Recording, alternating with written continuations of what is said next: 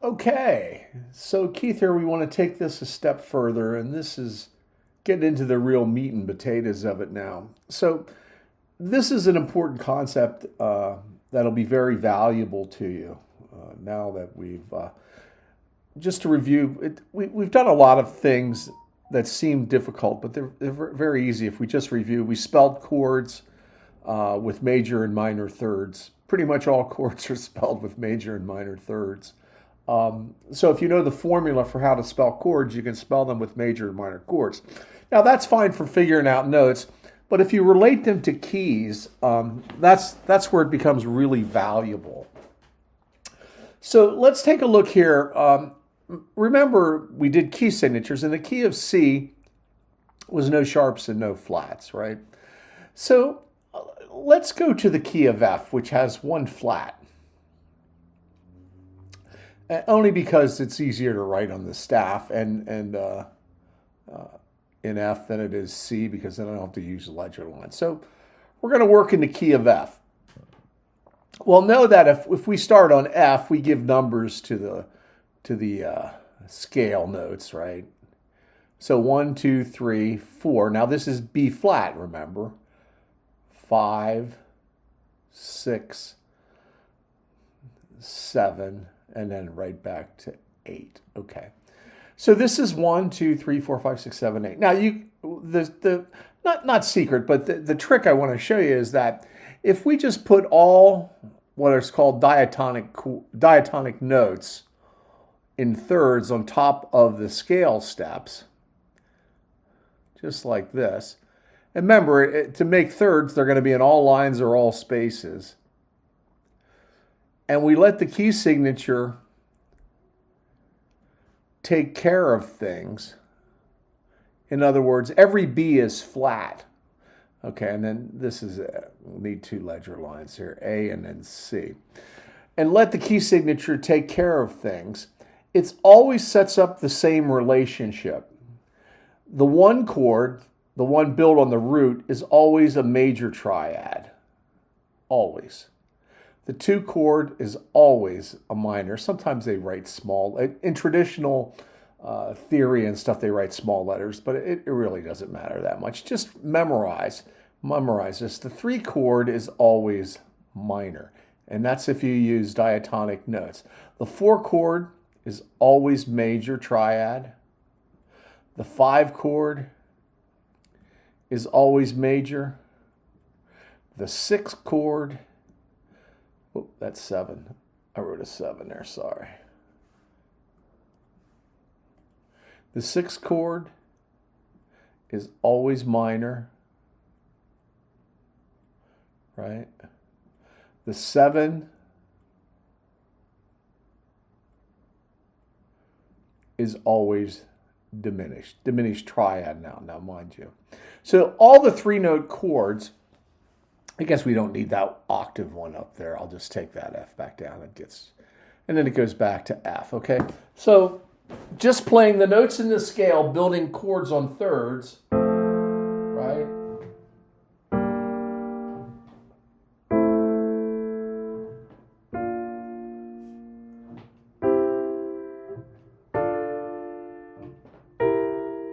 And then back to F.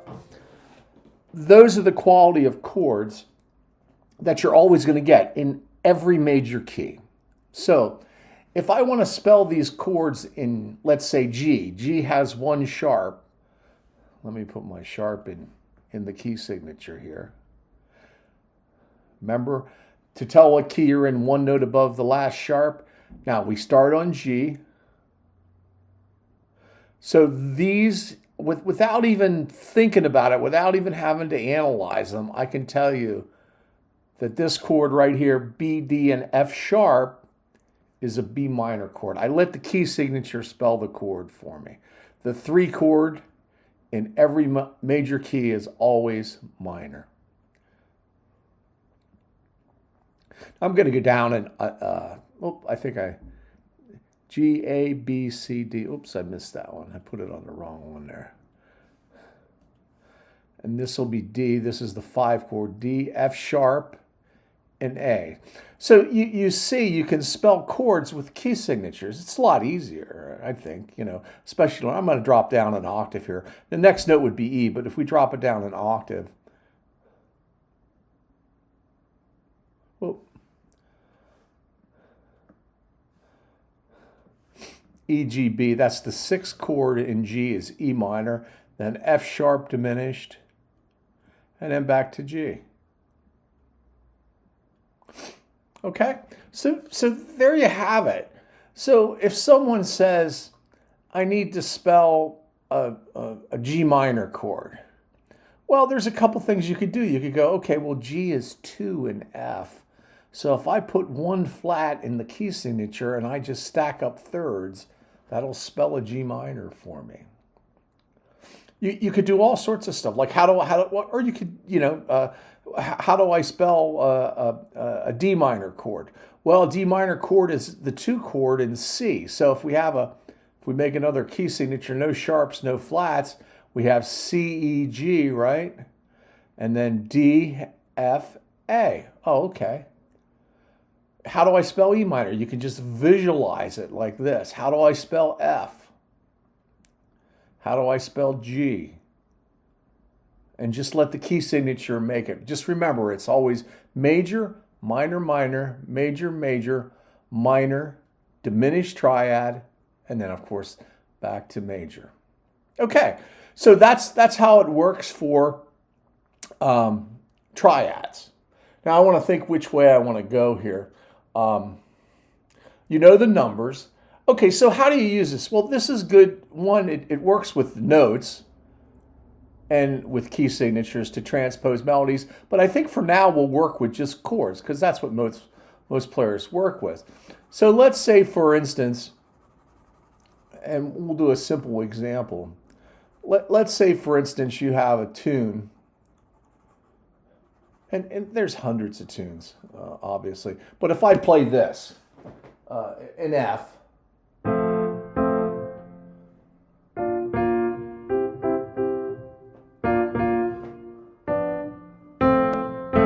1, 4, 5, 4, 1.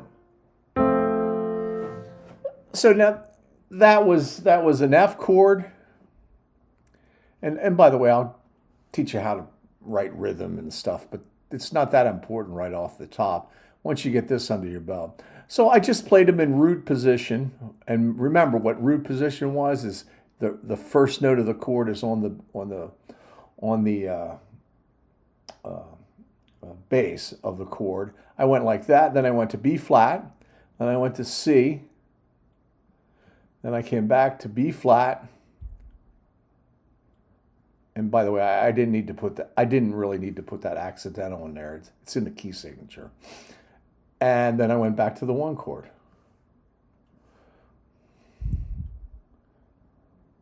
Okay, so you analyze this as 1, 4, 5, 4, 1. Okay, what if somebody said, well, play that in G? Well, let's put the key signature for G. 1 sharp. So what's the 1? Well, that would be G. And you can just stack the thirds. 4, the 4th note of the scale is C. 5, 4, and then back to 1. And that would be the same chord progression in key if somebody, or in G, in case somebody wanted to take it up just a little bit higher for the singer or whatever.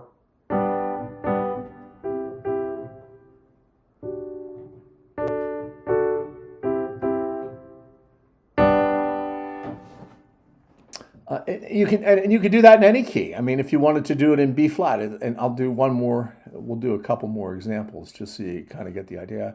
Or let's say E flat. Okay, so E flat. Remember what was a key signature for E flat? Well, that's a flat key. So the flats go on the staff B, E, okay, and A we need. So that's the key of E flat. Remember, 1 before the last flat, or the second to the last flat is the key. So E flat has 3 flats. Well, again, I just start with E flat, the 1 chord, Then I go to the 4, E, F, G, A flat, and I can just stack the thirds up. The 4 is going to be major. The key signature will take care of it. Go to the 5 chord, which will be B flat. Back to the 4 chord, and that's an A flat there. And then back to the 1 chord. And again, I'll have this.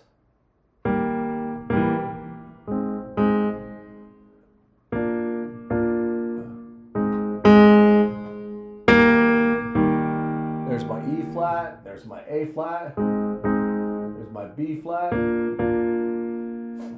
there's my A flat, and back to E flat. So that's how valuable this is so that you can transpose to different keys using numbers and relationships. Again, we could do any, and it'll always be the same. Like you could put minor chords in and do exactly the same thing. I mean, let's say for instance we're in G, and let's say we go. So there's 1 sharp in G. Suppose we have E minor. Then we go to C. Then we go to, let's say, we could go to D minor.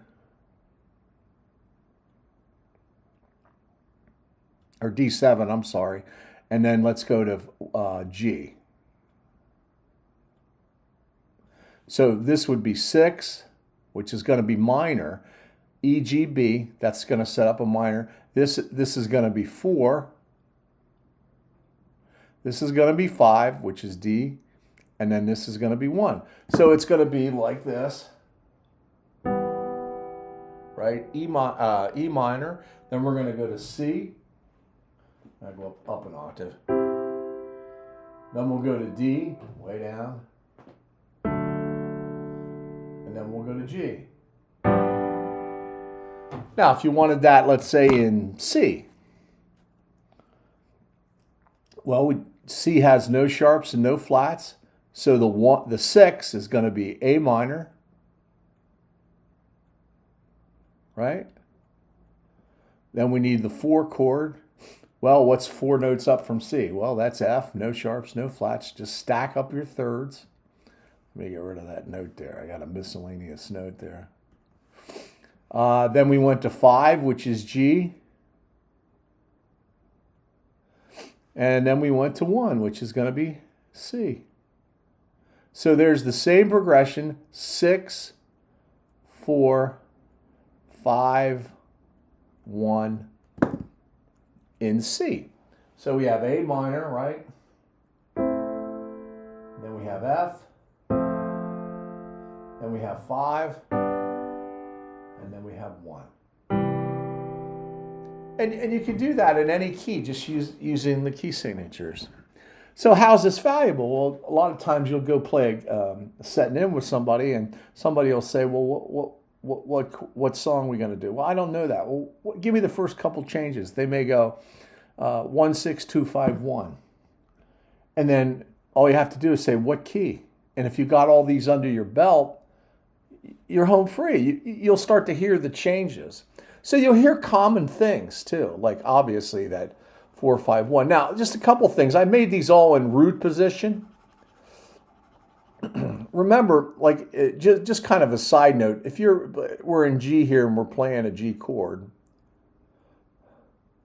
okay, and then I went up to a 4 chord. Well, it may be better just to keep common tones. So if we go to a 4 chord here, instead of putting this G on top, I did a drop voice. So instead of putting that up there, I dropped that down an octave, which gives what's called voice leading, which we can get into.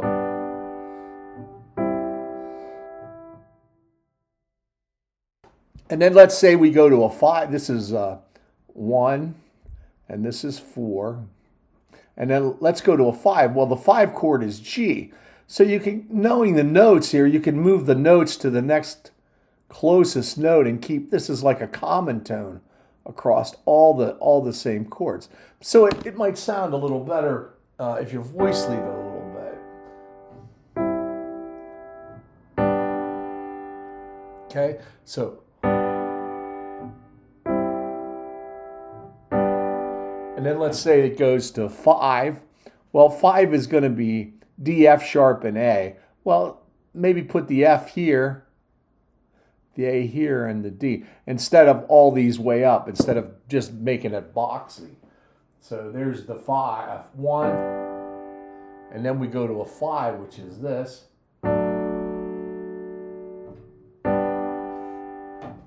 Now, if you wanted to go to a 6 then, after the 1, right?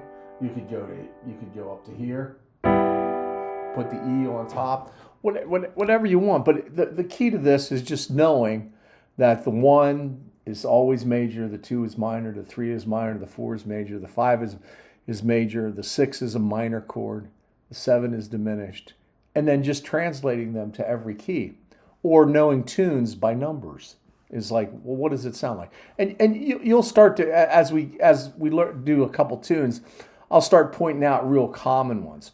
Okay, so that's if it's harmonized 3 ways, right? With just 3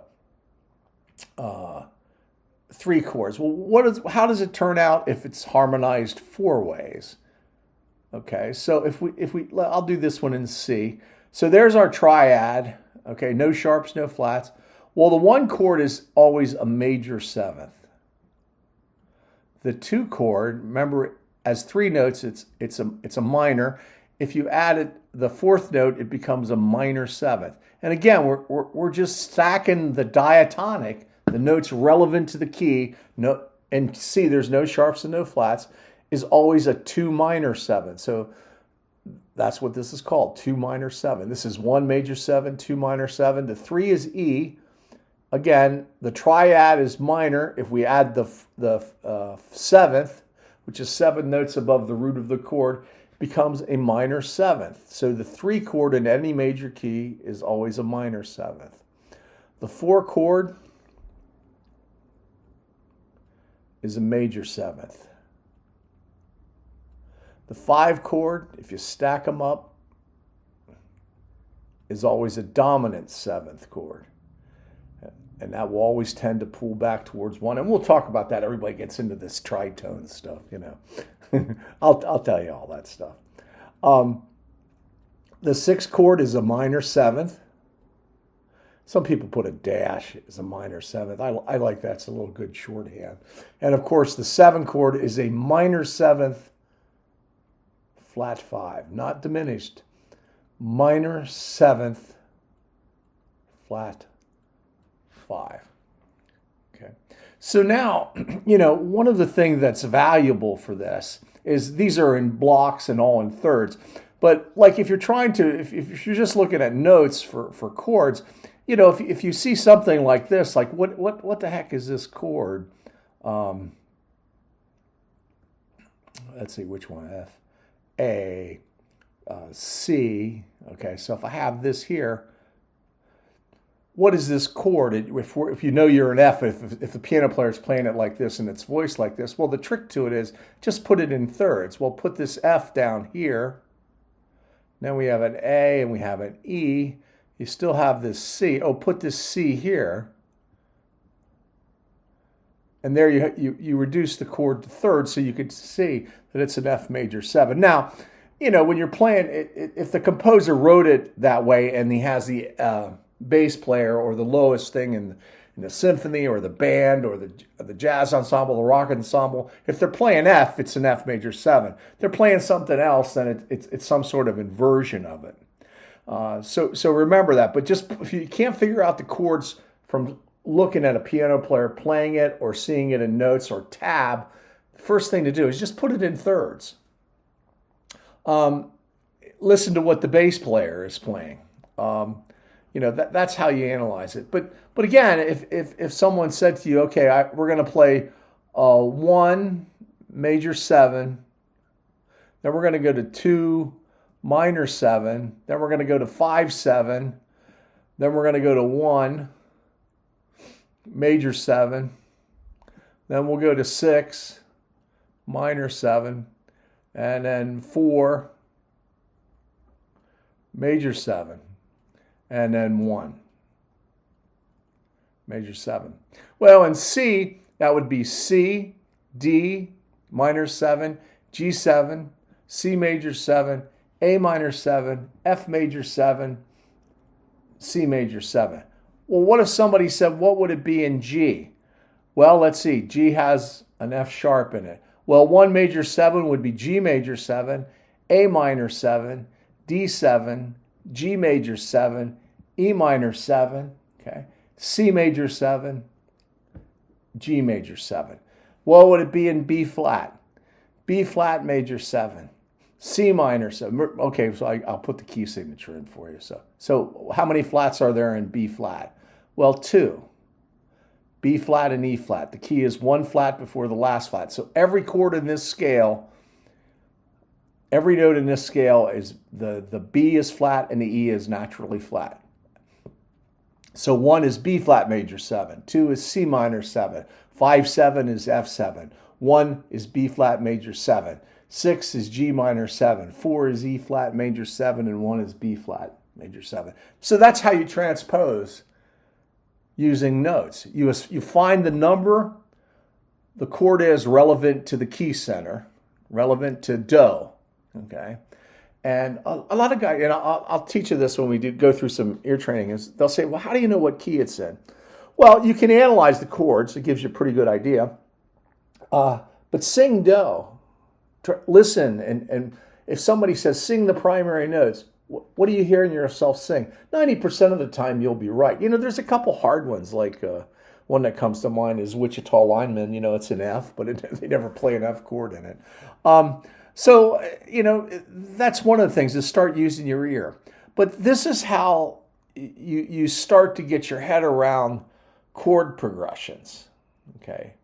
And assigning numbers to the chords that are diatonic to the key. Now, there are many other chords that we can talk about and how to analyze them, and a lot of cliches that a lot of songwriters and players use, chords that you'll remember. You know, what comes to mind is, you know, with simple diatonic ones, you hear, you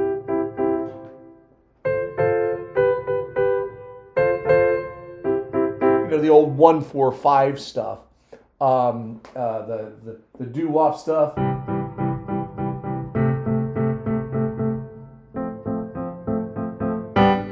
Right? I'm not a piano player.